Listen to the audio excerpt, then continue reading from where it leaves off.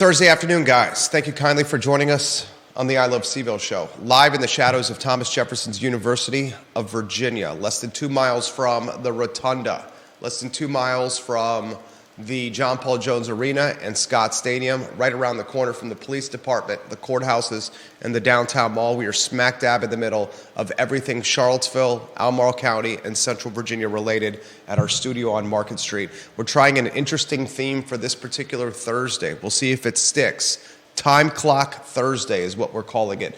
9 storylines, 3 minutes per storyline. With your perspective, welcome on each storyline, an upbeat, fast tempo version of the I Love CVille Show. Giddy up and get ready. Judah Wickower, 2-shot. Let's weave you into the mix on Timeclock Thursday. I will keep the time. Eventually, what I would like to see is a stopwatch on screen that you could reset every 3 minutes so the viewers and listeners can see the time per topic matter. However, I will start with the first one. Are you ready, my friend? Yep. On your mark, get set, let's go. It's the first one. Unfortunately, this is tough news for Madison County, Virginia. Richmond-based company Evergreen is laying off 100-plus workers with its Plow Hearth division and brand. Plow Hearth, ladies and gentlemen, its warehouse and its outpost is headquartered in Madison County. One thing we know about Madison County, there's not a lot of job opportunities out there. And when one employer like Plow Hearth closes down, and it's literally happening right now, the job cuts will be effective in early May. 107 workers laid off. Almost every single one of them, guys, from the Madison County Plow Hearth brand. This is going to impact Madison and families that live within Madison and around Madison County, most certainly. Not only is it 107 employees that are being laid off that are working year-round, but they do a lot of seasonal hiring around the Christmas and holiday shopping season, where they overload employees to manage the orders that come in. Unfortunately, Plow Hearth has seen sales struggle, and the sales are struggling much like you've seen with some of the other internet retailers such as Amazon, Walmart, and Wayfair that have seen some sales slip. This is tough news for Madison. This is tough news for the community. Plow Hearth, a brand that's been around for a very, very long time. The Richmond-based headquartered company Evergreen is looking immediately to do something differently with its factory, its warehouse space in Madison. Employees were surprised by the notification and the news. Not many jobs out there, Judah Wickower. 107 now taking out of the Madison County ecosystem. I know folks directly impacted by this, and they were shocked, they were taken aback, and they were surprised. Anything you want to add, or you chalk this up to big retailers with internet presence and economies of scale squeezing yet another little guy out of the ecosystem? That is often the case. I don't know the details of this one in particular, but I wouldn't be surprised. Plow Hearth's web store expected to be taken down in the fall. 2 remaining stores north of Charlottesville for Plow Hearth will continue to operate, but they are shutting this brand down. Next topic, Judah Wickower on the Timeclock Thursday. This is some breaking news for you. This was passed along to me by my wife as I reset the clock. Burnley Vineyards is for sale. Burnley Vineyards is located in Barbersville, Virginia. Judah's got photos that he's going to rotate on screen ASAP.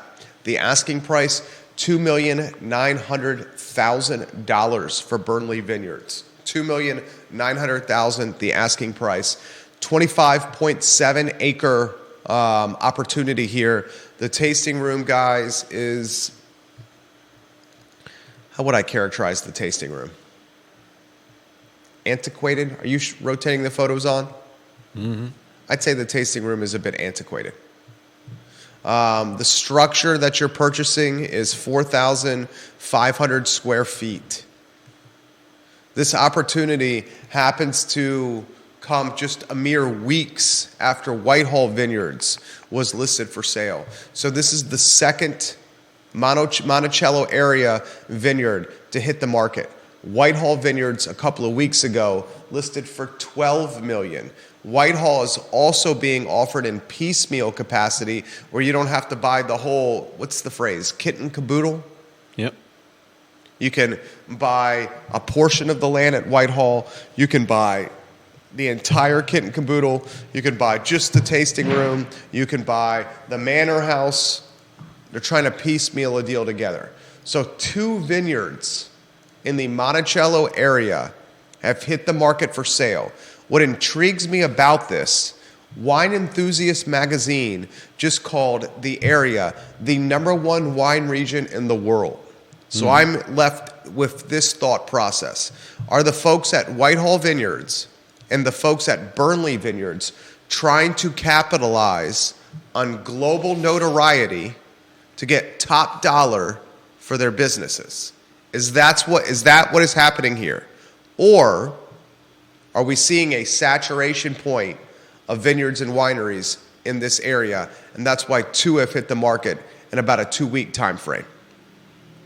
Could just be the right place, the right time, with rates going down slowly. Rates aren't going down. What? Rates have gone back up. How far up? Far enough in that people aren't buying? December, January, they dropped below 7. Now, healthily above 7%. Okay. It may just be that the families owning these places felt it was time to move on. And you're right; they may be capitalizing on the news that the Charlottesville wine region is top of the world. My bet, the wine enthusiast attention, where Charlottesville and the Monticello area was named Wine Enthusiast Region of the Year in the entire world, is incentivizing winery and vineyard owners locally to list their labors of love. Could be. That is what my bet is. The vineyard winery tasting room experience, the bottling of wine for off-site consumption sales, it is a brutal business. And today, Burnley and Barbersville, that is breaking news for you, has hit the market, a $2,900,000 asking price, 25.7 acres in Barbersville. Next headline, Judah Wickower. The legalization of retail weed. We are on the cusp, a third time of making this happen? Yeah, pretty much. Governor Glenn Youngkin has done everything possible to keep retail weed sale from happening. I think he just doesn't care. I think he's... Oh, I think he cares. You think he cares? I think he absolutely cares. Okay. Well, I think Youngkin has shown that he is opposed to retail weed sales. Yeah. If McAuliffe had beaten Youngkin, we would have already had retail weed sale. Yeah. No Youngkin won because McAuliffe put his foot in his mouth when it came to parents should not have a say in their kids' education. That pushed Youngkin into the governor's mansion, and Youngkin, one of the things he did was kibosh retail weed sales. Yeah. Now we're on the cusp of that not being a reality anymore. The thing is if you know where to buy weed in Charlottesville, in Albemarle County, or Central Virginia, you could already do it in a retail capacity anyway. There's multiple spots in Charlottesville, and I'm not going to blow up anyone's cover here, but there's multiple spots in Charlottesville around the downtown mall alone where you can walk into a storefront building. You can show a photo ID. You can spend $10 to enter, and you get a cornucopia of cannabis. People smoking weed, people eating weed, people drinking weed tea, people selling weed butter, people selling weed cupcakes and brownies, people selling vape, people selling oil, people selling flour, people selling dabs. It's everywhere. It's not like it's not retail legal right now. Yeah. Go ahead and green light it, pun intended, because it's already happening anyway. And tax it and make some money and take it off the black market where there's no tax revenue being collected. And gives a boost to small businesses in Virginia. And yeah, it's... There's nothing I would rather see right now than David Trecorici and his wife at SCUMA having no red tape whatsoever when it comes to their business, and them being able to sell their product on a shelf within the letter of the law, mind you, but without Yeah. Big Brother looking over their shoulder. Right. Without worrying that they're going to have to shut down their business because all of a sudden there's something or everything you can't sell. Amen. And I'll say this. There's a bill that's floating around right now that's got a lot of people excited. And that bill that's floating around right now in Richmond, with the politicos in Richmond, they are on the cusp of legalizing bars. Pot bars? No, drinking bars where you don't have to have food sales. Right now, your food sales have to supersede your alcohol sales by percentage points. They are very close to making an actual bar where you have to sell no food in Virginia. All you have to do is sell booze legal. And you know what? I say go for it. So be it. The fact that food and beverage restaurant owners are having to call drinks with fruit toppings or fruit garnishes in them food instead of booze when they ring them up is a travesty. Everyone's playing a hustle of some kind in their life. That hustle shouldn't have to happen. Eradicate the red tape. Telling a food and beverage owner that they have to sell X amount of food for every X amount of drinks they do is bogus, especially when they drive across, when a customer can drive across an invisible state line and go to another state where there doesn't have to be food sales at bars. Yeah. It puts folks at a disadvantage. So that's two pieces from Richmond that you need to follow very closely. Retail, very close to a reality. Second, bars, only liquor, booze, beer, and wine, and no food sales, very close to reality. And from my vantage point, hooray to both. Anything you want to add? No, I agree. UVA fraternities. How about this topic? UVA fraternity events and parties have been canceled for the foreseeable future. After a pledge at Kappa Sigma, we talked about this yesterday, got so drunk on his own accord, we think, that he fell down a flight of stairs, hit his head, and is now in a coma. The University of Virginia has suspended new member events and social events with its fraternities. What do you want to make of this? All events suspended until March 20th, a 3-week suspension. Is this throwing the baby out with the bathwater? I mean, I don't even know what to think of this. It just sounds like an overreaction, and I mean, what are they? I'm not sure what they hope to accomplish by this. It's not like there was suddenly going to be a rash of UVA students falling downstairs and hitting their heads. I don't know. Are they thinking there's going to be copycats? Are they thinking that? I just don't understand the the logic behind making a unilateral move like this. I'm going to tell you what. When you start taking I went to UVA. I was the social chair and the rush chair at Phi Kappa Psi at the end of the Mad Bull on Rugby Road.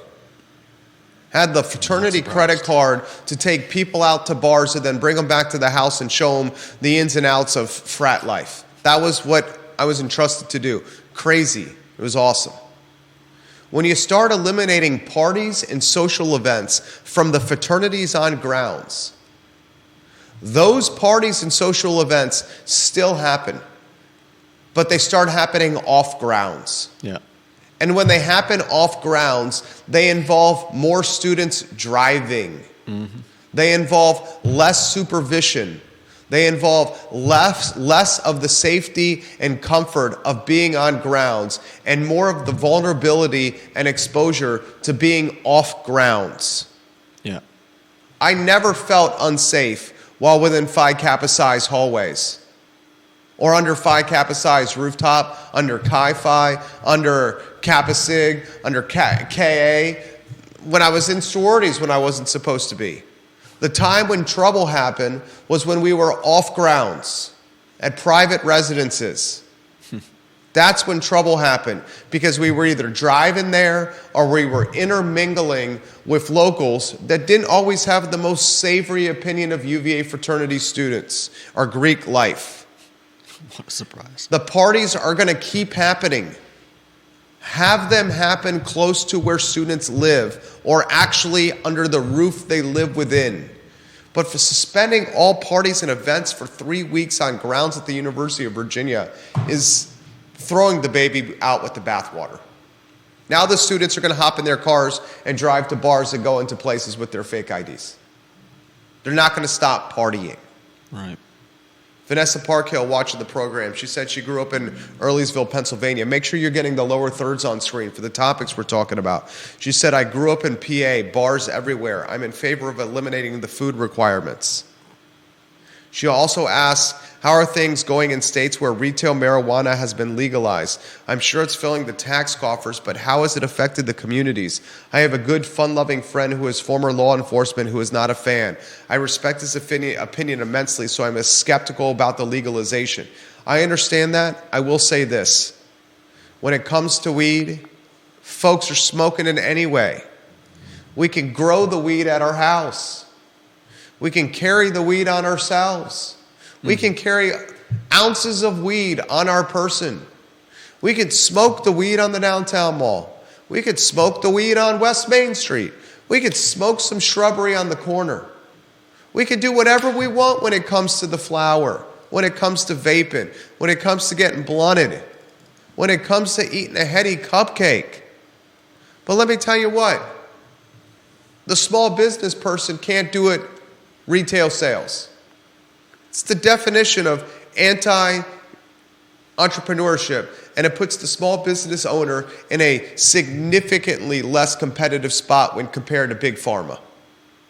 And already heard a lot of small business owners who had been gearing up for what should have been, the new rules and regulations, the new allowances, and then had the rug pulled out from under them. And thankfully, some of the ones that we know personally have managed to continue to make it work, despite not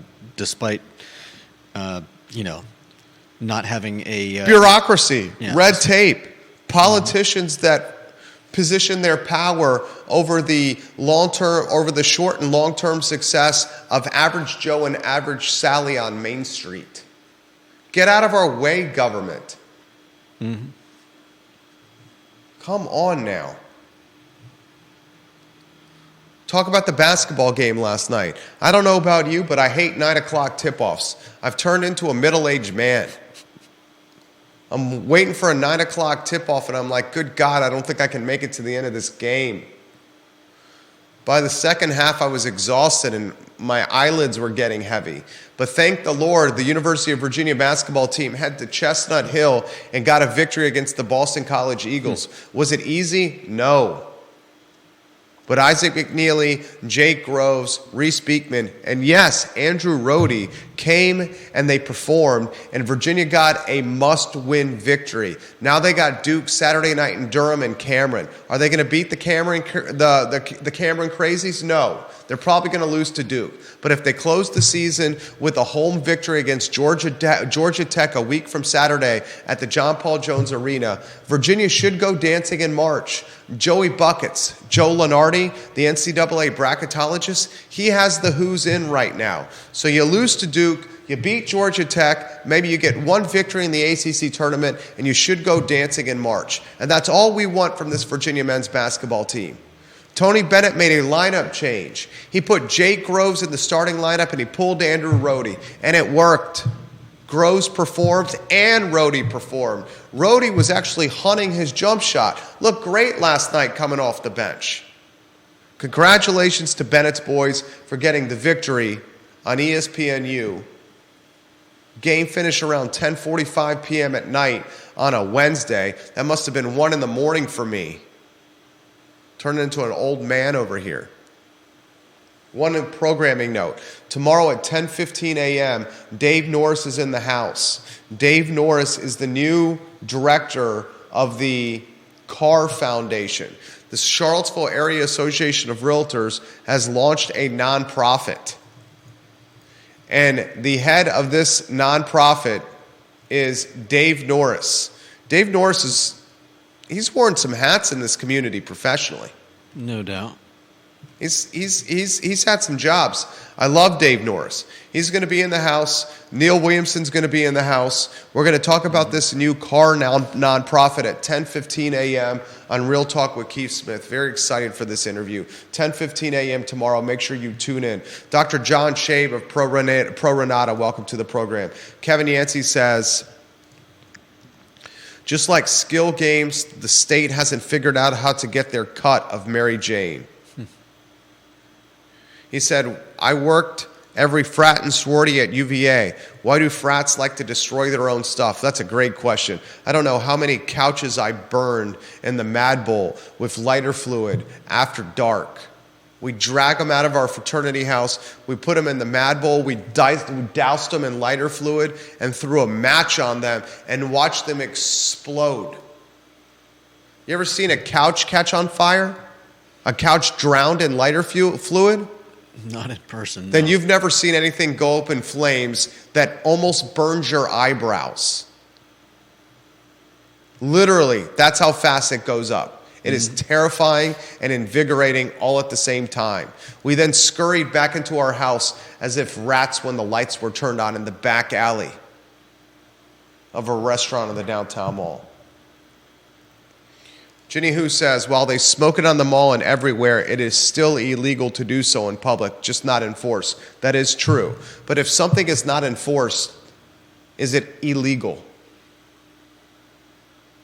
If you can walk down the downtown mall by multiple police officers smoking a joint and they don't do anything, is it then legal? Might as well be. If it's a 25-mile-an-hour speed zone and everyone goes 35, is that 10 miles over the 25 actually speeding? If a tree falls in the woods and no one's around to hear it, does it actually fall? That's Timeclock Thursday, a new theme we're trying for Thursdays on the I Love CVille Show. Judah Wickower and Jerry Miller. So long, everybody.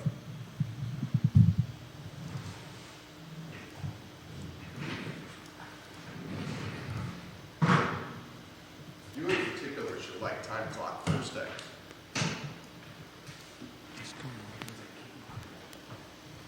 For obvious reasons.